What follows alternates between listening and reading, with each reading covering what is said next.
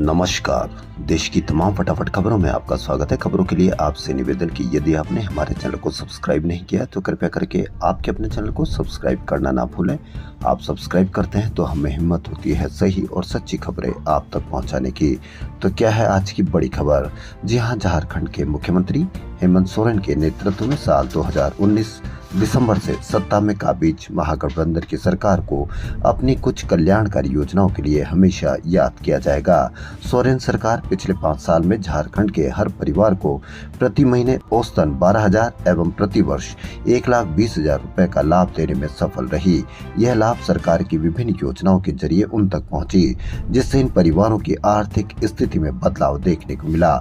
मुफ्त बिजली, बकाया बिल माफी योजना इसकी महत्वपूर्ण कड़ी है, जिसके जरिए हेमंत सोरेन सरकार ने करीब 40 लाख बिजली उपभोक्ताओं का 36,000 करोड़ रुपए का बकाया बिजली बिल माफ किया।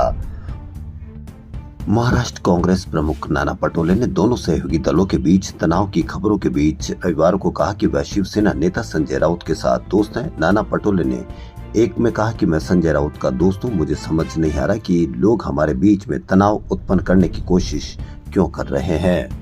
हमने एमवीए के तौर पर चुनाव लड़ने का फैसला किया। सीट बंटवारे के दौरान कोई विवाद नहीं हुआ, वहीं बची हुई सीटों के बंटवारे के मुद्दे को हल करने की कोशिश की जा रही है।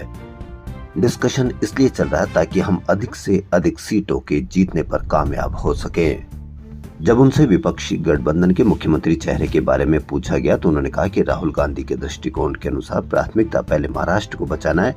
एक बार जब हम ऐसा कर लेंगे तो एमवीए नेता मुख्यमंत्री पर भी फैसला कर लेंगे। हरियाणा पुलिस पर एक आईपीएस अधिकारी पर लगे कुछ महिला पुलिस कर्मियों के यौन उत्पीड़न के आरोप की जांच शुरू कर दी है। पुलिस ने ये जानकारी दी। पुलिस ने सोशल मीडिया पर एक पत्र सामने आने के बाद ये जांच शुरू की है। वहीं सोशल मीडिया मंच एक्स पर एक पोस्ट में जुलाना से कांग्रेस विधायक ने कहा कि उन्हें बहुत कम उम्मीद है कि हरियाणा सरकार या केंद्र हरियाणा पुलिस की इन महिलाओं के साथ न्याय करेगी।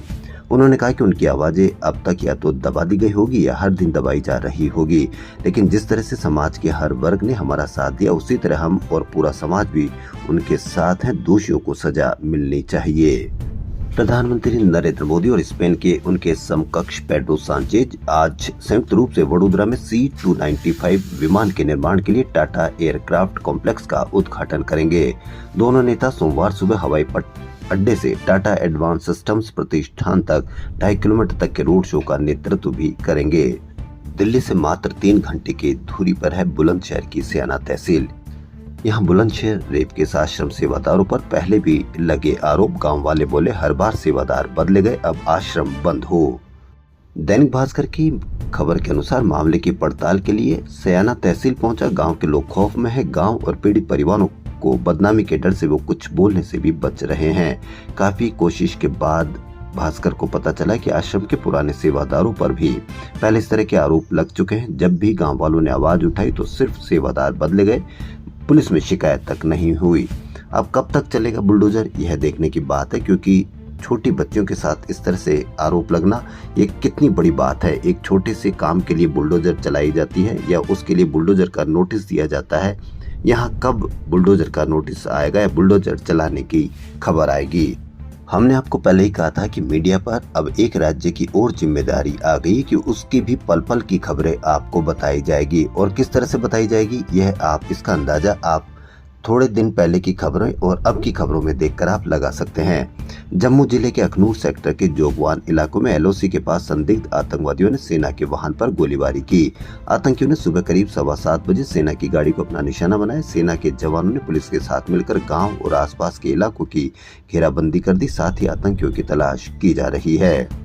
वहीं हैदराबाद में एक पटाखे की दुकान में रविवार रात आग लग गई। आग से एक महिला झुलस गई, जिनका अस्पताल में इलाज चल रहा है। पुलिस ने बताया कि हैदराबाद के अबीड्स के हनुमान टेकड़ी इलाके में स्थित पारस फायर वर्क्स पटाखों की दुकान में आग लगने पर 3 दमकल की 3 गाड़ियां मौके पर पहुंची और इससे 10 बजे तक आग को बुझा दिया गया, लेकिन इसमें 7-8 कारें भी जल गई।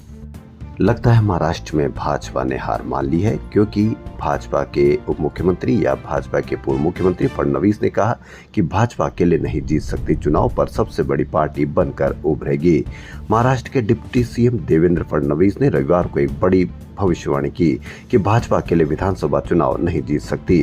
उन्होंने कहा कि उनकी पार्टी राज्य में सबसे बड़ी पार्टी बनकर उभरेगी। उन्होंने कहा कि पार्टी एकनाथ शिंदे की शिवसेना और अजीत पवार की एनसीपी के साथ गठबंधन करके सरकार बनाएगी। फडणवीस ने कहा कि भाजपा अकेले राज्य नहीं जीत सकती, लेकिन चुनाव के बाद भाजपा राज्य में सबसे बड़ी पार्टी बनकर उभरेगी। कश्मीर से एक शानदार मन को सुकून देने वाली खबर। कश्मीर की प्रसिद्ध डल लेक में रविवार को महिलाओं के लिए पारंपरिक नौका दौड़ का आयोजन किया गया। इस आयोजन में 150 बोट ने भाग लिया। ये आयोजन जम्मू और Kashmir water sports king canoeing association ने किया था। इस आयोजन में विशेष भूमिका निभाई इंडिया की पहली महिला जूरी सदस्य बिल्किस मीर, जिन्होंने हाल ही में पेरिस ओलंपिक में जल खेलों में अपनी अहम भूमिका निभाई थी। रेस में शिल्पकार महिलाएं भी शामिल हुई। रेस में पहले, दूसरे और तीसरे स्थान पर आने वाले विजेताओं को नकद पुरस्कार और प्रमाण पत्र प्रदान किए गए। इसे कश्मीर में महिलाओं के सशक्तिकरण की दिशा में एक कदम के रूप में देखा जा रहा है। अभिनेता व तमिलगा वेत्री कजगम पार्टी के प्रमुख विजय ने रविवार को पार्टी के पहले सम्मेलन को संबोधित किया। उन्होंने कहा कि राजनीति सिनेमा का क्षेत्र नहीं, युद्ध का क्षेत्र है। चाहे सांप से निपटना हो या राजनीति, अगर हम इसे गंभीरता और हास्य के साथ लेने का फैसला करते हैं, तभी हम इस क्षेत्र में टिक सकते हैं और विरोधियों से निपट सकते हैं। हमें जमीनी स्तर पर सतर्क रहने की जरूरत है। विजय ने कहा कि तमिलनाडु में बदलाव की जरूरत है। भाजपा टीवीके की वैचारिक प्रतिद्वंदी है, जबकि द्रमुक राजनीतिक विरोधी है। दावा है रैली में करीब 3 लाख से अधिक लोग थे। चीन में जन्म दर घटने से किंडरगार्टन बंद हो रहे हैं। शिक्षा मंत्रालय के अनुसार देश में कुल 2,74,400 किंडरगार्टन थे। इनमें से 2023 में 14,808 बंद हो गए। 5,645 प्राइमरी स्कूल भी बंद हो गए हैं। रेलवे द्वारा ऐलान किया गया था कि कई अधिक ट्रेनें लगाई गई है, जिससे त्योहारों पर इधर उधर जाने वाली भीड़ या अपने घरों पर जाने वाले भीड़ को कोई दिक्कत ना हो। लेकिन बांद्रा स्टेशन पर रविवार तड़के 2:45 पर भगदड़ मचने से 10 यात्री घायल हो गए। घटना के वक्त प्लेटफॉर्म पर एक पर बांद्रा गोरखपुर अंत्योदय एक्सप्रेस यार्ड से आई थी। यात्री जनरल डिब्बे में चढ़ने की कोशिश कर रहे थे। इसी दौरान भगदड़ मच गई। आप इन त्योहारों के दिनों में आप ट्रेनों में, हवाई जहाज में, अपने सड़कों पर, शहरों में बिल्कुल भगदौड़ वाली जिंदगी देख रहे होंगे, बहुत भीड़ भाड़ वाली जिंदगी देख रहे होंगे। लेकिन ट्रेन ने कहा कि अधिक से अधिक ट्रेनें लगाई जा रही है ताकि आम आदमी अपने घरों पर जा सके। लेकिन आप इस पर अवश्य कमेंट करें कि क्या भीड़ पर काबू पाने के लिए अतिरिक्त ट्रेनों का कोई सहायता या सहयोग मिला है या नहीं। खबरों में फिलहाल इतना ही। यदि आपको हमारा चैनल पसंद आए तो लाइक, सब्सक्राइब और शेयर अवश्य करें। धन्यवाद।